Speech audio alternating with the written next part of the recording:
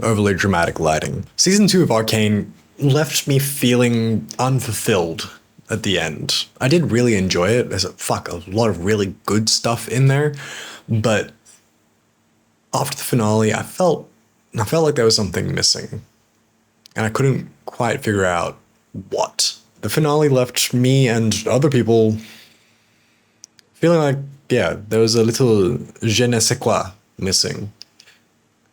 And I think I figured out at least part of what it is. So throughout season 1, Zorn and Piltover are very much depicted as enemies, I think is the easiest way to put it, of varying quality. You know, there are evil people in Piltover, there are good people in Zorn. Like, it's not a strictly black and white thing, but something that the showrunner said in an interview that I just read kind of made my dissatisfaction with season 2 click.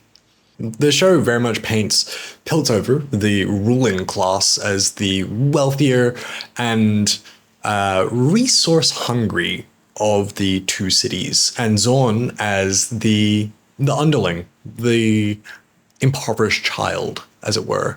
And it's a pretty direct mirror to things that we see in the real world, where we have the ruling class of super wealthy elites draining the world of its resources to maintain their lifestyle, while the people below that line suffer more and more because of those actions. And there's definitely plenty of other parallels, like, you know, the use of military force to enforce the status quo. Definitely not something that we see on a regular basis around here.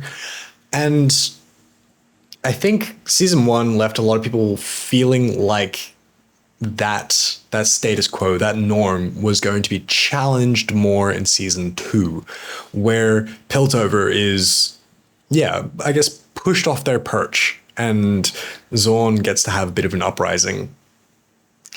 And we don't really get that. By the end of season 2, it kind of feels like the whole Zorn Piltover conflict is boiled down to, oh, it's a bit of miscommunication, and, you know, it's the feelings of bigotry and not the system of oppression.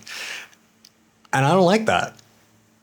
Especially when there's so much other imagery throughout the show that you can draw so directly to parallels in the real world.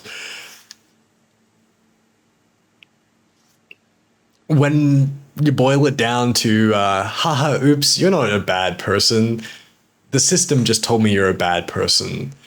That undermines a lot of everything else the show is going for. But as much as I'm complaining, some stuff that I really like.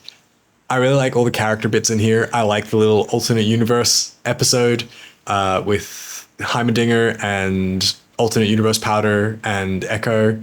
That was really cool and tugged my heartstrings just a little bit. Same as the first season, the animation is amazing. All the character moments work really well because the models feel so expressive and genuine and seriously human, despite being so stylized. Vi's struggle with alcohol and substances when she goes down that depressive spiral in, I think it's the first 3 episodes of season 2. Something that I personally relate to a lot, and I really enjoyed watching that arc and seeing her get pulled out of that. And as much as I complain about the finale feeling me, I guess, thematically unfulfilled, fuck, it was cool.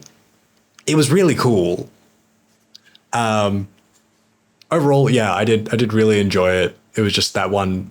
It's one really big thematic thing that's a very glaring flaw. That, and like I said, the too many needle drops, where it felt like there was, you know, 2 or 3 montage sequences to a pop song in every episode.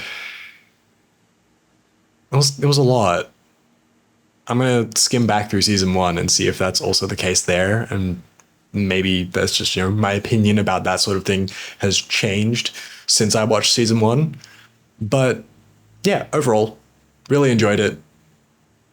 If you haven't watched it, sorry, just hit you with a shit ton of spoilers. But you should watch it. It's good.